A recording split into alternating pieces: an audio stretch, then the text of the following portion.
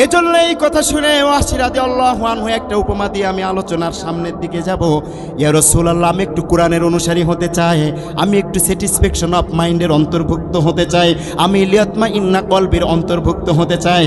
এমন তো অবস্থায় আল্লাহ আয়াত নাজিল করলেন, ও নবী, তুমি ওয়াসির মাধ্যমে গোটা মানব জাতিকে কোরআন প্রেমিকদেরকে জানিয়ে দাও, কোন মানুষ যদি ওয়াল্লাযীনা লা ইয়াদউনা মা'আল্লাহি ইলাহান আখার, সূরা ফুরকানে আমার আল্লাহ বলে, কোন মানুষ যদি শিরকের গুনাহ, মানুষ হত্যার গুনাহ এবং জিনার মতো এই তিনটি কবিরা গুনাহ না করে, ওই ব্যক্তি একবার কোরআনের কাছে আসতে দেরি হবে, ওর জীবনের সব গুনাহ মাফ করে জান্নাতি করতে আল্লাহ দেরি করবে না।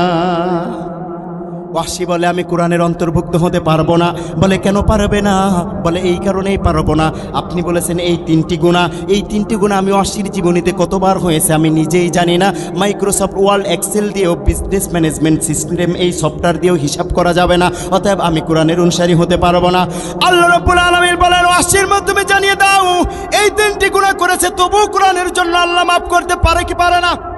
কিন্তু ওয়াসি বলছে, আমি কালেমা পড়তে পারবো না। নাউজুবিল্লাহ বলেন। আপনারা বলেন, জিনা করেছেন, তওবা করলে মাফ করবে কি করবে না? কারণ কোরআন আছে আমাদের হাতে, স্যাটিসফ্যাকশন অফ মাইন্ড করতে পারে কি পারে না? ওই যে পাকিস্তানের তারিক জামিল, আল্লামা তারিক জামিল, পৃথিবীর সেরা 10টা স্কলারের ভেতরে একজন, ইসলামিক বক্তা। একটা চায়ের দোকানে ওনার একটা বক্তৃতা বাজতেছে। আজকাল বাংলাদেশে তো চায়ের দোকানে বিভিন্ন সিএনজির পেছনে মিজানুর রহমান আজহারির ওয়াজ ভেসে বেড়ায়, ঠিক কি না? হিংসা করে কি কিছু করা যায় বলেন? যাকে নিয়ে দেখবেন মানুষ বেশি হিংসা করে, বেশি ট্রল করে, দিন শেষে সেই দেখবেন টপ ব্র্যান্ডে চলে যায়, ঠিক কি না? কারণ আল্লাহ যার চুল ধরে টানে, 900 কোটি মানুষ তার পা ধরে টেনে নামাতে পারে না, ঠিক কি না বলেন? তাহলে একজন স্কলার 10 জনের, নামটা কি বললাম? তারিক জামিল, চায়ের দোকানে বক্তৃতা বাজতেছে উর্দু ভাষায়। আমরা তো বেশি ইন্ডিয়াতে মাহফিল করি, ওই ভাষাগুলো আমরা অল্প অল্প বুঝি। উনি বলছেন, কে আগার কই ভি বান্দা কই ভি বান্দি जारी जिंदगी भर गुनाह करती रहे मगर अल्लाह से कह दे आई अल्लाह मेरी तौबा उसको कहने में देर होगी, अल्लाह को कबूल करने में देर नहीं होगी। सुबहान अल्लाह। এই কথা শুনে ওই পতিতা মেয়ে পাশ দিয়ে যাচ্ছে। কি মেয়ে? বুঝে নেবেন, নিচে নামতে পারবো না, বাচ্চারা আছে। এই পতিতা মেয়ে যাওয়ার পথে বলছে দোকানিকে যে, হুজুর এই ব্যক্তিটা কে? বলে, তো আল্লামা তারিক জামিল। বলে, আমি একটু তার সাথে দেখা করতে চাই। তার মানে এর বাংলা ভাষাটা ছিল এইভাবে, গুনাহ করতে করতে পাহাড় সম গুনাহ করলেও একবার তওবা করলে আল্লাহ মাফ করে দিবে। সুবহানাল্লাহ। এবার দোকানদার বলছে, এটা কখনোই সম্ভব না, ওই স্কলারের সাথে তোমার দেখা। কিন্তু সকল চাওয়া পাওয়া কার হাতে? একটু জোরে বলেন, আল্লাহ। অবশেষে ওই পতিতা মেয়ের সাথে আল্লামা তারিক জামিলের সাক্ষাৎ ঘটিয়ে দিয়েছেন। এবার হুজুর বলছেন, মেরে বেহেন তুম কিয়া কাহনা চাহতে হো, কিয়া বলনা চাহতে হো, বলো কি বলার জন্য তুমি খোঁজাখুঁজি করছো, দ্রুত আমাকে সে কথাটি বলো। উনি বলছেন, হুজুর আপনি जो कहा था कि सारी जिंदगी की गुनाह माफ हो, अल्लाह को कबूल करने में सकता है कहीं सच्चा या झूठ है। আপনি বলেছেন গুনাহ করতে করতে যত গুনাহ হোক এক তওবা করলেই নাকি আল্লাহ মাফ করে দিবে। তারিক জামিল বলছেন যে, বোন এটা তো আমার কথা না, এটা তো কোরআনে আল্লাহ ঘোষণা দিয়েছেন সূরা জুমারের 53 নম্বর আয়াতে। হুজুর তাহলে আমাকে একটু কালেমা পড়ে ইসলাম গ্রহণ করে দেন। উনি বাইয়াত গ্রহণ করলেন, কালেমা পড়লেন, তওবা করলেন। কিছুদিন পর আবার হুজুর ওই রাস্তা দিয়ে যাওয়ার পথে জিজ্ঞাসা করছে, আমার সে বোনের কি অবস্থা? এবার দোকানি বলছে, হুজুর সে তো মারা গেছে। কিভাবে মারা গিয়েছে? রমজানের 27তম রজনীতে তারাবি নামাজ পড়েছে, নফল নামাজ পড়েছে, কদরের নামাজ পড়েছে। আর এই 27তম রজনীতে অধিকাংশ আলেম ওলামা একমত, 5টি বেজর রাতের এই রাত্রে কোরআন নাজিলের সম্ভাবনা সবচাইতে বেশি। এই রাতে কদরের নামাজ পড়তে পড়তে সেজদায় থাকা অবস্থায় সে আল্লাহর কাছে চলে গিয়েছে। এইটা যে ইমানে মৃত্যু, স্যাটিসফ্যাকশন অফ মাইন্ডের অন্তর্ভুক্ত, আল্লাহ তাকে মাফ করেছে, এটা বুঝতে আপনাকে আইনস্টাইন হওয়া লাগবে, এটা বুঝতে আপনাকে আল্লামা শফি হওয়া লাগবে, কারণ এটাই হচ্ছে ইমানে মৃত্যু। তার মানে আমরা বুঝতে পারি পতিতাকেও আল্লাহ মাফ করতে পারে, ঠিক কিনা? খুনিকে, ওই যে বনি ইসরায়েলের যুবক, হাদিসটি আপনারা জানেন, তওবা করতে গিয়েছে 99টা খুন করে। হুজুর বলে তোকে আল্লাহ মাফ করবে না, তাকেও খুন করেছে। আরেক হুজুর বলেছে তুমি ভালো মানুষের এরিয়ায় চলে যাও। যাওয়া শুরু করেছে, মারা গিয়েছে। জাহান্নাম থেকে জাহান্নামের ফেরেশতারা, জান্নাত থেকে জান্নাতি ফেরেশতারা কাফন নিয়ে এসেছে। আল্লাহ রাব্বুল আলামিন চান না তার কোনো বান্দা জাহান্নামে হোক। সে এখনো ওই এরিয়ায় পৌঁছায় নাই। ফেরেশতারা বলে রুটা আমি নিয়ে যাব, জান্নাতীরা বলে আমরা নিব। তাদের ভেতরে কথোপকথন শুরু হয়ে গেছে, তর্ক বিতর্ক। এবার বলে তাহলে ফিতা দিয়ে এই জমিনটা মাপো, কাদের এরিয়ার ভেতরে কাছাকাছি।